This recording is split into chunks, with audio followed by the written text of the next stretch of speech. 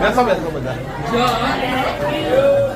તમારા માટે ગર્વની વાત એ લેવા જેવી છે કે એ પણ આ સ્કૂલના ભૂતપૂર્વ વિદ્યાર્થી રહી ચૂક્યા છે અને તમારી વચ્ચે અહીંયા ઉપસ્થિત છે.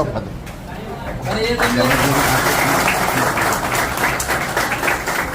અને જવાબદારી શું છે એની સાથે સાથે સ્કૂલ પ્રત્યેની લાગણી શું છે ભવિષ્યમાં તમે પણ જાળવી રાખો. ફાધર એમને યાદ ક્યારે કર્યા છે? 2006 અને 7 માં સ્ટડી કર્યું. એનો નંબર 13 નંબર ને 11 નંબર છે. એમના ભાઈ પણ છે. વોર્ડ ઉપર 11 અને 13 નંબર વાંચો, ત્યાં એમના ક્રમ પાડેલા છે.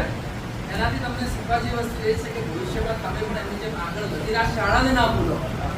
જેમ કે સુરતથી કોઈ પણ વ્યક્તિને આજે મહેમાન તરીકે બોલાવીએ તો પૂછે કે સમય છે કે નહીં ચેક કરું, પણ ફાધરના એક કોલથી પોતાનું બધી વસ્તુનું કામ છોડીને આવ્યા. આજે ડોક્ટરે પેશન્ટ કરવા તો 5 મિનિટના 500 1000 રૂપિયા આટલો સમયનું કેલ્ક્યુલેશન કરીએ તો તમે સમજી શકો છો. એ માટે જોરદાર તાળીઓ આપણે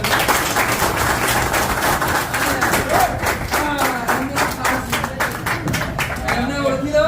એ દર વખતે આપણે શાળા મળે જ્યારે પાછળ પણ મને મળ્યા હતા. મારા મોબાઈલમાં એમનું નામ શું લખેલું છે તમે બતાવો. ના, મારા મોબાઈલમાં એમનો નંબર સેવ કરેલો છે. વસંત ખત્રી ગુડ પર્સન.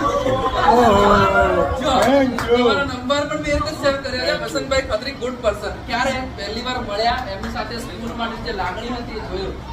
બરાબર. અને હંમેશા હસતા. ફેસબુક પર જાઓ તમને મળી જશે. હવે જો યામી ડોક્ટર યામિની સુરતથી આ કક્ષા પ્રોગ્રામ માટે આવ્યા છે. ગઈકાલે 11:30 વાગે અહીંયા પાલનપુર પહોંચ્યા. પપ્પા મમ્મી અમદાવાદ